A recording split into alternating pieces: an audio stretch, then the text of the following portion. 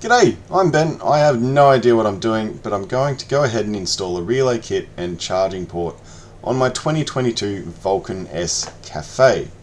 Now we're going to start with the relay kit, which is behind this orange panel here. Your bike might not have an orange panel if you have a different Vulcan, but if it does, that's convenient. To do that, we'll start with our 3mm hex key. And that 3mm hex key will undo these 4 screws that hold this orange panel in place. And we'll come back to it because it's a two-hand job.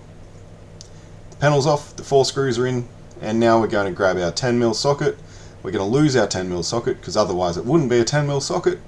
We're going to use that 10mm socket once we find it again to undo this bolt here and this bolt here, which are right behind the orange panel we just took off.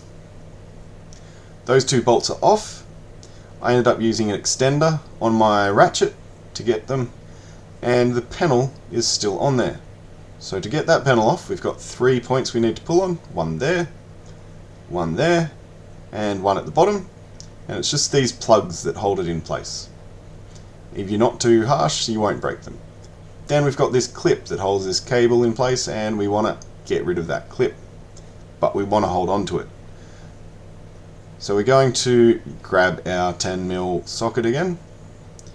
I'm going to try and get this cable out before realizing that this clip is actually just a thin strip of metal. I can bend it out of the way, and I can then get that 10mm bolt.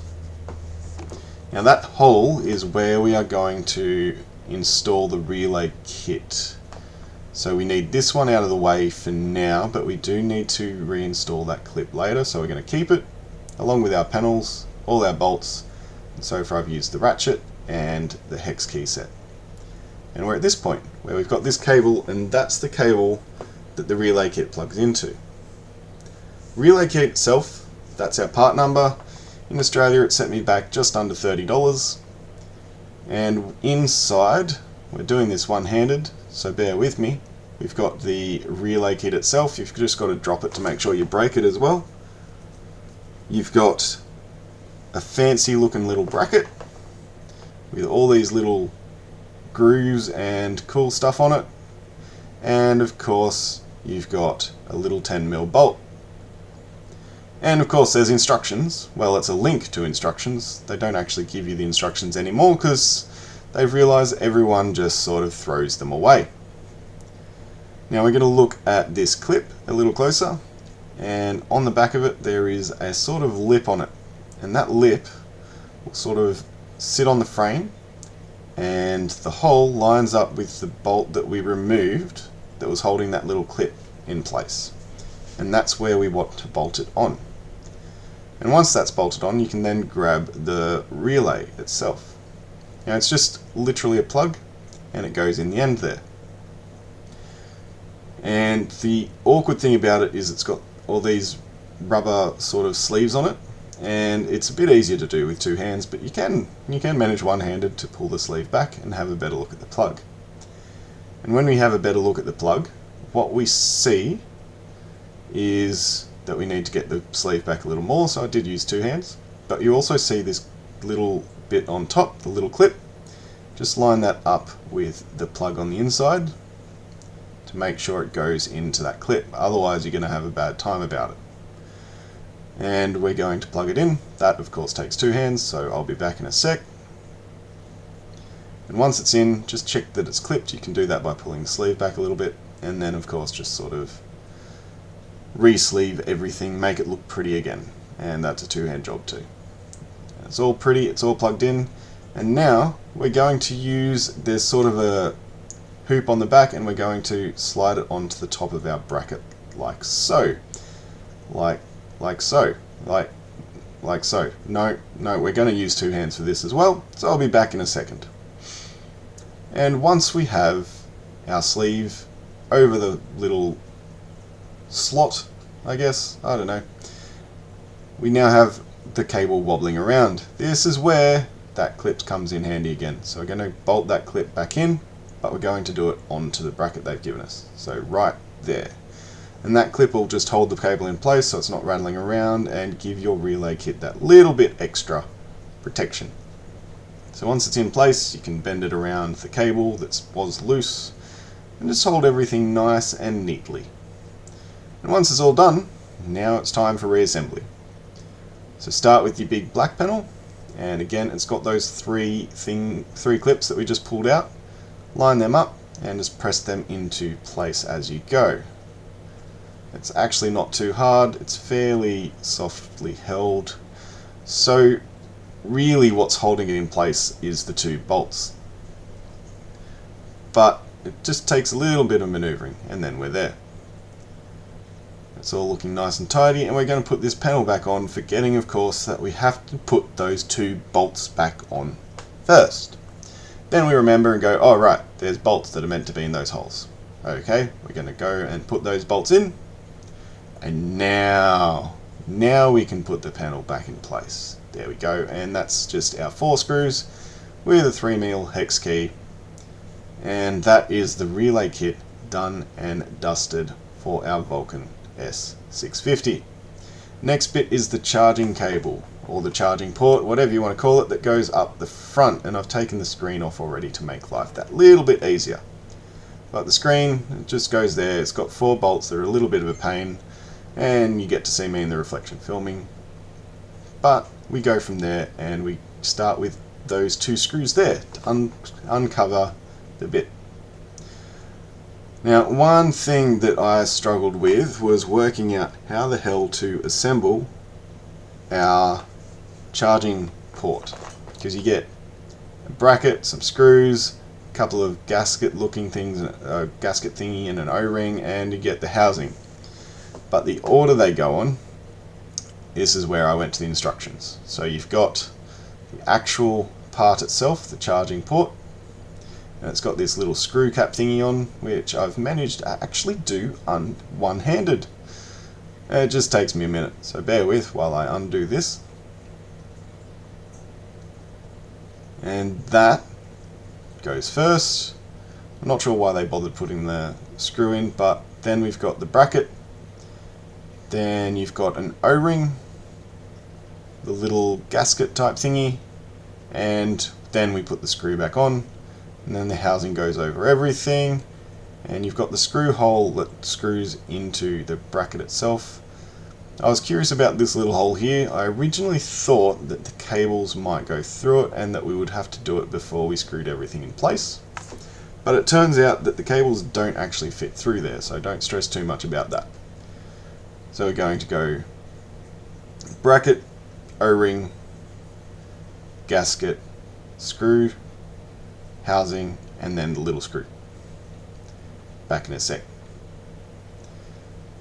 Now conveniently, the bracket does have a little groove that lines up with a chunk on the socket itself. Of course, I've also put it on the wrong way at the moment. I'll realise that before the next shot. And there we have it. So we've put the bracket on, we've got our O-ring in place. The gasket you can't really see because it's under the screw. The screw has this sort of groove on the other side of it that lines up with the gasket. I'm calling it a gasket, I'm not actually sure what it is, but that holds it in place. So I looked at the picture on the instructions. I didn't actually read it to see what the things are called. Otherwise I'd have too much of an idea and I couldn't call myself no DIYer. Now I'm going to put the housing on and screw it in place. So it doesn't completely fit over everything, and the cables didn't fit through the hole, so the cables sort of just come out the side of it. Once it's screwed on though, it's got this little bit of a gap here that I wasn't particularly happy with. So I tried a few different assembling arrangements. It still comes out with what they had in the instructions, and it still has this little bit of a gap here. There's also a bit of movement when you sort of shake it around that I wasn't happy with. So my solution to that, you couldn't really hear it, but the microphone didn't pick it up. So my solution was basically to grab a bit of electrical tape and stick it around that gap. Now I don't think that it's particularly necessary, and really, with where it's positioned on the bike, you probably wouldn't notice it if you had the visor like I do. But I've just stuck some lecky tape around it. Holds everything that little bit more securely. less of a rattle, and everything just feels that little bit more solid. So now the part itself is actually assembled, we'll jump over to the motorbike.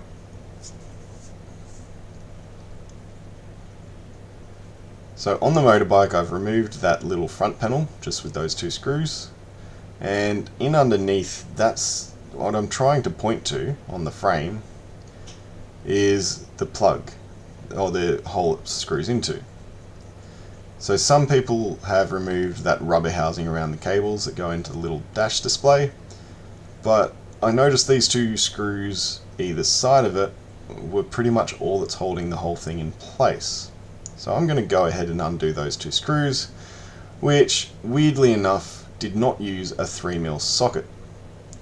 But I've undone those screws, and what I ended up using was a 3/16 socket.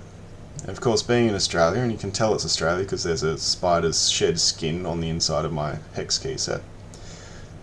We don't use imperial, but I have an imperial hex key set mixed with a metric hex key set. I don't particularly like it when I need both sets for the same job. You just pick metric or imperial and use one. But then you've got another one of those little plug things under the dash itself, and you can pull it out of the way. Now I haven't had to unplug anything, and this gives me nice access to the... Well, of course I dropped a few bits. It took me a minute to work out where it came from, and the easy way I worked out where it came from was while I was trying to see and work out what the hell I've broken, the other part fell out. Those were just sort of washers that hold those big screws in place, so they go back in there when I need them, which is handy to know. But with that out of the way, and those 2 set aside so I don't lose them, we can see the hole nice and clearly that we're going to screw our bracket into. And it's you sort of have to wiggle it a little bit, and it lines up and it goes in there. And it's again a 10mm socket, so they've stuck with metric at least for the sockets. Now I ended up not being able to reach it because the head of my ratchet is too big, so I did it by hand most of the way, and then I've grabbed my little 10mm spanner and used it for the remainder. But once it's nice and tight, you can start looking at where it plugs in.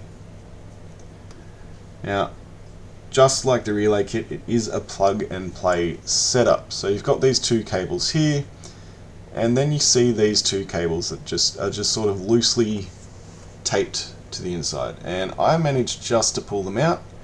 You might have to cut the tape to get them, and I just found a little bit of sticky residue, so I'm going to go ahead and take some isopropyl alcohol just to get the sticky residue off. I don't think you particularly need to, but I did just because I could, and it happened to be there on the shelf, so it was nice and easy to clean up. And if you've pulled it out, just make sure you press the lecky tape back in place. And I ended up wrapping a little bit more lecky tape around that bit later, just to make sure it's all nice and secure still. So once they're clean, well, you don't have to clean them, but I cleaned them with isopropyl alcohol.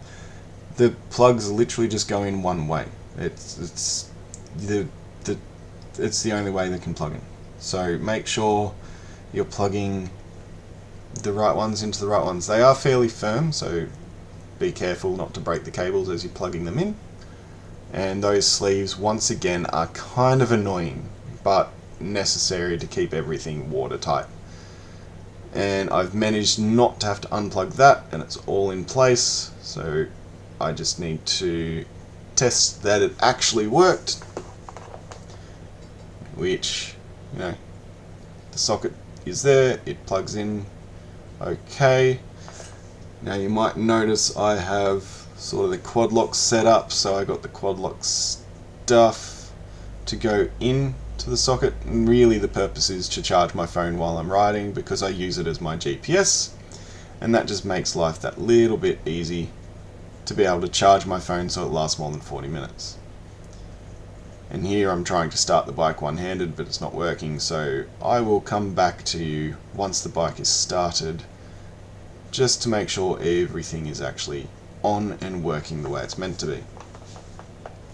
So other than needing to go out and get a bit of petrol, the socket's plugged in, the dash is reading fine, the engine started okay, and I did plug in my phone to make sure it charged, so that's all working. So now I can start by tidying things up a little bit. That's wobbly, so I'm going to screw it back in, of course. And I don't particularly like the way they're just sort of open, so I'll drop my phone and wrap some leaky tape around those cables as well. Of course, as you're playing with things, be careful not to lose washers and everything else. Now, I struggled to get this cable to sort of stay in a nice spot. It has sort of stayed where I wanted it to after I reassembled everything, so if you want to, I guess you can tape it in place, but it's not particularly necessary if you don't want to. So I put some tape over the cables just to make sure they're secure. I plugged my dash display back in, and then I'll put those two screws back in. Again, I think that was the 3/16 socket, not socket, the hex key. And then we've got this little front panel here, which is just two screws, and I think they were the 3mm hex key. So they just go in place and hold that on. Then once that's in place, if you don't have the front screen on the bike, then you're all done, all set to go, and no more running around or screwing things, unscrewing things, all done. So that's quite secure. Tapping it, wobbling it, it's not, I'm not particularly happy with how the little rubber thing is in the way of the dash, but I guess it holds it in place when it's open, which is, I guess, what you want on a motorbike. Nothing moving around too much that shouldn't need to. And then I just put the visor back on, and the visor is held on with 4 bolts. Not too hard to do, and it will sort of stay in place while you go and grab the bolts off my snake catching kit, because, you know, Australia. And I found that these bolts were actually a bit of a pain to do, because you've got to hold the nut at the back while also screwing the bolt at the front. But we'll get those on. So they're all done. The charging socket's plugged in. Relay kit's done. Everything's reassembled. I ended up using those bits there, which you can pause on. There's a 3mm hex key. I think it was a 3/16 hex key. A 10mm socket with an extender on my ratchet, a 10mm spanner, and of course some lecky tape. And then that's it. It's all installed, all ready to go, all ready to ride again. And it's been an absolute pleasure talking to you. If you like this kind of thing, let me know, and we'll see how we go. Have a good one.